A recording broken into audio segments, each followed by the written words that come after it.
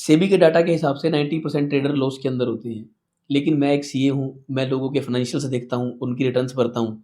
मैं ये बात गारंटी से कह सकता हूँ कि ये डाटा 90 नहीं है, 95 से ऊपर होगा, क्योंकि अगर कोई पर्सन 1 साल प्रॉफिट में आ गया तो वो 10% की कैटेगरी में आ जाता है। मैंने ऐसा बहुत रेयर देखा है कि वही पर्सन बार-बार हर साल प्रॉफिट के अंदर आ रहा हो। मैं सीए हूँ और मैं इन्वेस्टर भी हूँ, तो मेरा मार्केट्स वाली रिटर्न्स के अंदर काफ़ी इंटरेस्ट बना रहता है। तो जो पर्सन मेरे पास बहुत ज़्यादा प्रॉफिट लेकर आते हैं या बहुत ज़्यादा लॉस लेकर आते हैं, मैं उन दोनों से पर्सनली मिलता हूँ और उनसे काफ़ी कुछ डिस्कस करता रहता हूँ, ताकि मुझे और उन्हें काफ़ी कुछ सीखने को मिले।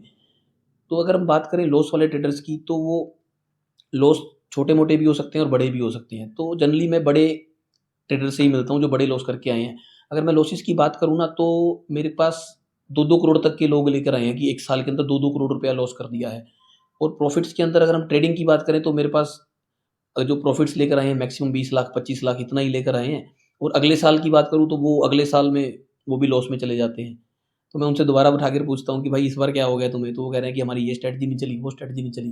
तो स्ट्रैटेजी का जो वर्ड है ना, ये बेसिकली ट्रेडिंग से ही आया है। और लोगों को जो स्ट्रैटेजी यूज़ करने की आदत पड़ी हुई है एक दूसरे की, तो वो ट्रेडिंग से ही आई है कि हमने ट्रेडिंग करनी है। तो जब स्ट्रैटेजी की बात करते हैं ना, तो लोग ज़्यादातर होली ग्रेल ढूंढ रहे होते हैं कि भाई एक स्ट्रैटेजी दे दो, एक मेथड बता दो, उसके बाद हम सारी उम्र वही करते रहेंगे और घर बैठ के पैसे कमाएंगे। तो आज हम उसी होली ग्रेल की बात करेंगे, यानी आज हम बात करेंगे स्ट्रैटेजीज़ की। जय हिंद, मेरा नाम है मोहित गोयल, मैं पेशे से चार्टर्ड अकाउंटेंट हूँ और मैं अपनी एजुकेशन के ज़रिए आप लोगों को मार्केट्स में इंडिपेंडेंट करना चाहता हूँ, ताकि आप अपना इन्वेस्टमेंट का डिसीजन खुद ले पाएँ। तो अभी हम बात कर रहे थे होली ग्रेल की। मैं आपको बताना चाहूँगा कि मार्केट में आपको होली ग्रेल कभी क्यों नहीं मिलता। इतने साल आपने कोशिश कर ली, उसके बाद भी आपको कोई होली ग्रेल नहीं मिला। उसका रीज़न ये है कि मार्केट एक स्टैटिक चीज़ नहीं है कि आपने मैथमेटिकल फ़ॉर्मूला लगा दिया और उसके बाद आप वैसे ही रिटर्न्स निकालते चले गए। मार्केट्स बहुत डायनामिक रहते हैं। मार्केट में आज कभी कुछ हो रहा है, कभी कोई मीटिंग आ गई, कभी फेड की मीटिंग आ गई, कभी आरबीआई की मीटिंग आ गई। ये बहुत कुछ चलता रहता है और उसके हिसाब से मार्केट्स अपना कोर्स तय करती हैं। लेकिन मार्केट में एक चीज़ तय है, यानी जो हमने अभी तक देखी है, कि in the longer run market हमेशा इन्वेस्टर को रिवॉर्ड देकर जाती हैं। ट्रेडर के बारे में ये बात नहीं कर रहा हूँ। मेरा आज का वीडियो का पर्पस क्या है, इस बात को मैं कहाँ से लेकर आया, उसका रीज़न ये है कि मैंने अभी महेश चंद्र कौशिक जी की 2 स्ट्रैटेजीज़ के ऊपर वीडियो किया है। एक है पैसों के पेड़ के ऊपर और एक है गैप अप स्ट्रैटेजी। तो जो पैसों के पेड़ के ऊपर मेरे को कमेंट्स आए थे, उसके ऊपर मैं एक सेपरेट वीडियो लेकर आ रहा हूँ और उस वीडियो के अंदर मैं उन कमेंट्स को आंसर करूँगा सारे। आप जान देखेंगे कि आपकी ज़्यादातर क्वेरीज़ पैसों के पेड़ के ऊपर जो भी थी, उस वीडियो से आपकी दूर हो जाएँगी। उसके अलावा मेरे को एक कॉमन कमेंट मिला जो गैप अप स्ट्रैटेजी के ऊपर भी मैंने डाला, जो कि पहले पैसों के पेड़ के ऊपर भी आ रहा था और अभी भी आ रहा है। तो मैंने स्पेशली उस कमेंट के लिए वीडियो किया है कि लोग मुझसे पूछ रहे हैं कि आपकी स्ट्रैटेजी क्या है। तो जो लोग मेरे से पूछ रहे हैं ना कि मेरी स्ट्रैटेजी क्या है, उनको मैं बताना चाहता हूँ कि मैं एक इन्वेस्टर हूँ। मेरी स्ट्रैटेजी है इन्वेस्ट करना और मैं ये देखता रहता हूँ कि कहाँ से मैं मैक्सिमम रिटर्न जनरेट कर पा रहा हूँ। तो मैं रिसर्च करता रहता हूँ चीज़ों के ऊपर। वही मैंने जब रिसर्च कर रहा था, तो ये महेश चंद्र कौशिक जी की वीडियोज़ मेरे सामने आई। सबसे पहले मेरे सामने आई पैसों का पेड़। मेरी महेश चंद्र जी से कोई पर्सनल दुश्मनी नहीं है, ना मैंने उनके बारे में कभी गलत बोला है, ना मैं कभी फ्यूचर में बोलूँगा। वो एक बहुत रिस्पेक्टेड पर्सन है, उनके बहुत ज़्यादा फॉलोअर हैं, तो कुछ उन्होंने कमाया होगा, तभी इतने ज़्यादा फॉलोअर्स हैं उनके। तो मैं उनके पर्सनली उनके ऊपर नहीं जा रहा हूँ। तो मैंने जब ये स्ट्रैटेजी देखी, तो मैंने देखा कि मेरे जो एसआईपी चल रही हैं और इन्होंने भी एसआईपी शुरू की, कि उसके हिसाब से जब मैंने रिटर्न्स कंपेयर किए अपने और उनके, तो मुझे लगा कि ये बहुत बड़ा गैप है। आप जानेंगे कि अगर इंडेक्स के अंदर ही गैप आ रहा है, तो अगर म्यूचुअल फंड के अंदर अगर हम जाएँगे ना, ईटीएफ जो है वो इंडेक्स को ही रेप्लिकेट कर रहे होते हैं। लेकिन जब हम म्यूचुअल फंड की तरफ जाते हैं ना, उसमें अल्फ़ा होता है। अल्फ़ा बोला जाता है कि मार्केट में और म्यूचुअल फंड के अंदर रिटर्न्स में कितना फ़र्क आया। तो उसमें 2-3% का अल्फ़ा होता है। तो अभी तो हमने उस चीज़ को कंसिडर ही नहीं किया और उसके बिना ही जो मैंने डायरेक्ट स्ट्रैटेजी लगाई, आपको दिखाया कि अगर हम इस चीज़ को यूज़ ना करें, दिमाग ना लगाएँ, एक्सेल शीटें ना बनाएँ, उसके बावजूद वो स्ट्रैटेजी कैसे प्रॉफ़िट के अंदर आ गई। उसके बाद जब हम बात करें गैप अप स्ट्रैटेजी की, तब मैंने वीडियो में देखा कि 37% के अराउंड उन्होंने एक्सआईआरआर क्लेम किया। तो मुझे भी सुनकर अच्छा लगा कि 37% की एक्सआईआरआर भी हो सकती है। तो मैं भी उस स्ट्रैटेजी को यूज़ कर सकता हूँ। अरे भाई, पैसा कमाना किसको नहीं अच्छा लगता? अगर आपको कोई कहे कि आपको 40% 1 साल में पैसा बन सकता है, तो अब आप कहीं से भी पैसा ले आएँगे और कोशिश करेंगे कि मैं 40% उस साल में कमा लूँ। तो मेरे को भी ऐसा ही एक्साइटमेंट हुई कि भैया मैं भी देख लूँ कि 40% की एक्सआईआरआर कैसे निकाल सकते हैं। तो जब मैंने उनकी द्वारा दी गई शीट्स को ही एनालिसिस किया और मैंने देखा कि उन्होंने किस तरीके से एक्सआईआरआर कैलकुलेट की है, तो मुझे उसके अंदर फ्लो लगा, क्योंकि मुझे एक्सआईआर कैलकुलेशन करनी आती है।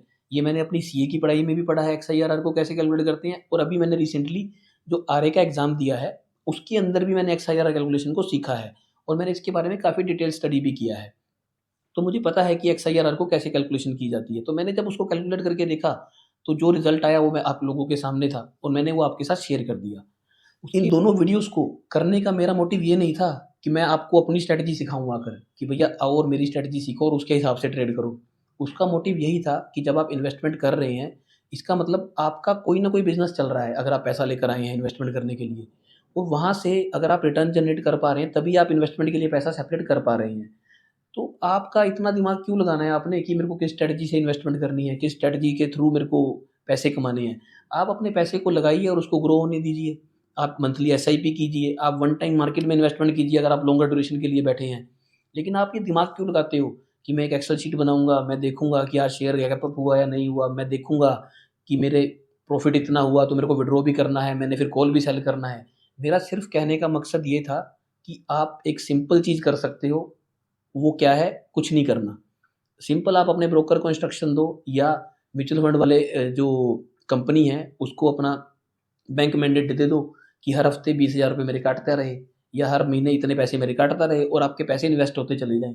इसमें आपको पैसे का कंस्ट्रेंट नहीं है, उसमें आपको पैसे का भी कंस्ट्रेंट था कि आपको इतने ही पैसे लेकर आने हैं। अदरवाइज़ जो भी आपकी पॉकेट अलाउ करती है, 5,000, 10,000, 5 लाख, 10 लाख, 20 लाख, जो भी अलाउ करती है, आप उतने की एसआईपी कर लीजिए और उससे ज़्यादा रिटर्न आप ले लीजिए।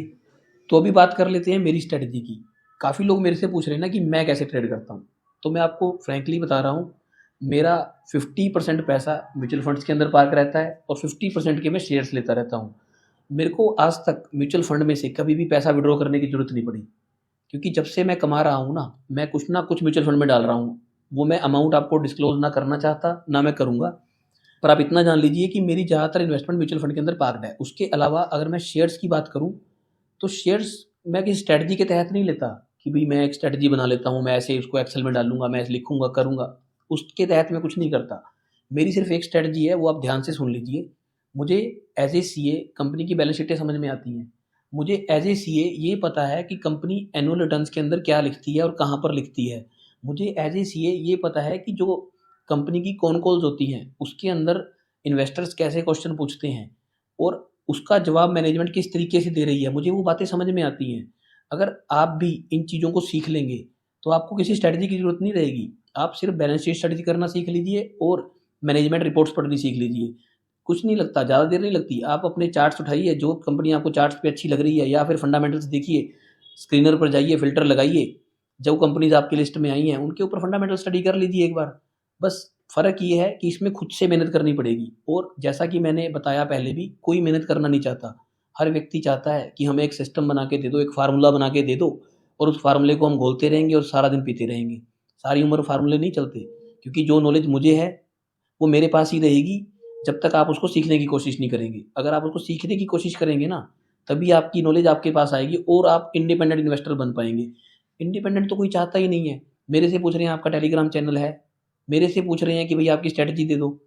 अरे स्ट्रैटेजी क्या लोगे इन्वेस्टमेंट की? जो शेयर मेरे को समझ में आता है, मैं कैसे आपको बता दूँ कि मैंने इस शेयर के अंदर कैसे देखा, जब तक आपको बेसिक ही नॉलेज नहीं है। लोग शेयर के प्राइस कंपेयर कर रहे होते हैं बजाय कि उसकी मार्केट कैप के। जो कंपैरिज़न होता है मार्केट कैप्स के बीच में होता है, शेयर प्राइसेज़ के बीच में नहीं होता। कुछ लोग मेरे को बोल रहे थे कि एंजल का शेयर 2200 पे ट्रेड कर रहा है, अभी ग्रो का शेयर 100 रुपए पर है, देखो 2200 पर जाएगा। हाँ, मैंने कहा हाँ, ले लीजिए। हम भी क्यों बोलें किसी को कि नहीं लेना है? जिसको नॉलेज ही नहीं है और वो ना वो सीखना चाह रहा, तो हम उसको कैसे सिखा देंगे? अगर हम कंपनी की ना मार्केट कैप उठाकर देखेंगे, किसी कंपनी की 50,000 करोड़ है, किसी की 1 लाख करोड़ है, किसी की 500 करोड़ है, इसका मतलब कंपनी 500 करोड़ वर्थ की है, यानी उसके जो शेयर्स हैं वो 500 करोड़ वर्थ के हैं। तो यानी वो किसी के पास तो है ना, कोई तो उसको होल्ड करके बैठा है ना, जो नहीं बेच पा रहा। बेच कौन रहे हैं? जब हम पब्लिक के अंदर जाके देखेंगे ना कि जो 20-30% पब्लिक है, वही आपस में ही चर्निंग करी जा रही है। आपने कभी देखा है कि बड़ी एफआईआई रोज़ ट्रेडिंग कर रही है, कि एफआईआई आए, आज ट्रेडिंग की और चले गए, फिर कल को फिर आ गए पैसे लेके। कभी आपने देखा है कि बैंक्स लगे हुए हैं ट्रेडिंग करने में, या म्यूचुअल फंड हाउसेज़ लगे हुए हैं? क्या आपको उनसे ज़्यादा नॉलेज है? क्या म्यूचुअल फंड का जो मैनेजर है, उससे ज़्यादा पता है आपको? अगर ट्रेडिंग करने से पैसा बनता, तो क्या आपको लगता है म्यूचुअल फंड वाले के पास पावर ना होती कि ट्रेडिंग करने की? क्योंकि सेबी को पता है, गाइडलाइंस उन्होंने उस तरीके से ही बनाई है कि आप लोगों का पैसा सेफ रहे। सेफ कैसे रहेगा? ट्रेडिंग से थोड़ी सेफ रहेगा पैसा आपका। आप लगे रहोगे, 2 शेयरों में प्रॉफिट कमा लोगे, 3 में लॉस कर लोगे, करते रहो ट्रेडिंग। उसके बाद भी जो ये स्ट्रैटेजीज़ मैंने आपसे डिस्कस की हैं, उसका प्रिंसिपल भी यही है कि अगर आप प्रॉफिट गैप अप स्ट्रैटेजी का प्रिंसिपल क्या है कि अगर आपका इन्वेस्टमेंट के ऊपर रिटर्न नहीं आया 6% का, उसके बाद आप लॉस में उस ट्रेड को एवरेज करते चले जाएँ। आप एक बड़ा इन्वेस्टर दिखा दीजिए जो आपको ये बोले कि आपको लॉस के अंदर शेयर को एवरेज करना है। हमेशा हर व्यक्ति आपको यही बोलेगा कि आपको पिरामिडिंग करनी है, यानी बढ़ते हुए शेयर के अंदर पैसे डालते चले जाना है, गिरते हुए शेयर के अंदर आपने कभी पैसे नहीं लगाने, क्योंकि गिरने का कोई अंत नहीं होता। एक फ्रेंड्स हमारे जेंसोल कंपनी में ट्रेड करते थे, कंपनी 11-1200 रुपये तक गई, शायद उससे भी ऊपर गई हो, लेकिन जब वो गिरने लगी तो वो कहते हैं हम 700 पर जब आएगी तो मैं ले लूँगा। तो मैंने उससे एक ही क्वेश्चन किया कि 1100 से अगर 700 पर आएगी तो इसका मतलब क्या है कि कंपनी का कुछ फंडामेंटली भी खराब हो चुका है। इतना शेयर नहीं टूटता कभी भी अगर मार्केट के अंदर करेक्शन ना आए। और हाँ, जब मार्केट में करेक्शन आती है ना तो बहुत लोग भाग जाते हैं। मैंने मार्केट में बहुत करेक्शंस देखे हैं, अभी पीछे भी कई शेयर मेरे 50% तक डाउन हो चुके थे, लेकिन जब उनके फंडामेंटल जब तक खराब नहीं हुए ना तब तक मैंने उनको कभी सेल नहीं किया। हाँ, इस स्ट्रेटजी से चलोगे ना तो इन्वेस्टमेंट में हमेशा प्रॉफिट मिलेगा। जब हम बात एजुकेशन की कर रहे हैं ना, तो आप मेरे चैनल को अगर देखेंगे ना तो कंटेंट में जाइए, वहाँ देखिए मैंने रिजल्ट एनालिसिस की बहुत वीडियो डाली है, मैंने फंडामेंटल एनालिसिस की वीडियोस डाली हैं। आप उनके व्यूज़ चेक कीजिए, आपको पता चलेगा कि उसको कोई देख ही नहीं रहा। रीज़न क्या है ना, कोई व्यक्ति सीखना ही नहीं चाह रहा। और आप किसी बड़े चैनल पर चले जाइए, वहाँ जाकर देखिए जो वो रोज़ स्ट्रेटजी डाल रहे हैं एक-एक करके, कि रोज़ दूसरे-तीसरे दिन एक नई स्ट्रेटजी डाल देंगे, उस पे लाखों में व्यूज़ आ रहे हैं, उनको लाखों लोग फॉलो कर रहे हैं कि सर आप ग्रेट हो, आप ही भगवान हो। क्योंकि ज़्यादातर लोग ना सीखने नहीं आ रहे, ज़्यादातर लोग आ रहे हैं स्ट्रैटेजीज़ के लिए। स्ट्रैटेजी तो कोई है ही नहीं यार, इन्वेस्टिंग के अंदर मेरे को नहीं लगता कोई स्ट्रैटेजी है। मैंने आपको सारी चीज़ को अभी इस वीडियो के अंदर एक्सप्लेन कर दिया है कि मेरे को क्यों नहीं लगता इन्वेस्टिंग में स्ट्रैटेजी है। लेकिन लोगों को चाहिए स्ट्रैटेजी और वो उन्हीं चैनलों की तरफ भागे जा रहे हैं। मेरे को उन चैनल वालों पे गुस्सा नहीं आता कि ये क्या बकवास स्ट्रैटेजीज़ बना-बना के दे रहे हो आप। मुझे गुस्सा आता है इस देश के युवा पे, इस देश पे यूथ पे, कि जो उन स्ट्रैटेजीज़ की तरफ भाग रहा है और उसको रोज़ देख रहा है। क्या आपको लगता है कि जो व्यक्ति हर दूसरे-तीसरे दिन एक नई स्ट्रैटेजी दे देता है, वो उसको इम्प्लीमेंट कर पा रहा है? क्या आप कितनी स्ट्रैटेजी से ज़्यादा आप इम्प्लीमेंट कर लोगे और कितनी स्ट्रैटेजीज़ को आप चर्निंग पे लगा दोगे कि मैं ये स्ट्रैटेजी भी चलाऊँ, वो स्ट्रैटेजी भी चलाऊँ, 3 स्ट्रैटेजीज़ और चलाऊँ? मुझे नहीं लगता 1-2 स्ट्रैटेजी से ऊपर कोई बंदा फ़ॉलो कर पाता होगा। तो जो व्यक्ति रोज़ आपको दूसरी-तीसरे दिन ही एक नई स्ट्रैटेजी दे रहा है, तो क्या कभी आपने उससे क्वेश्चन किया है कि सर क्या इस स्ट्रैटेजी को आप चला रहे हो?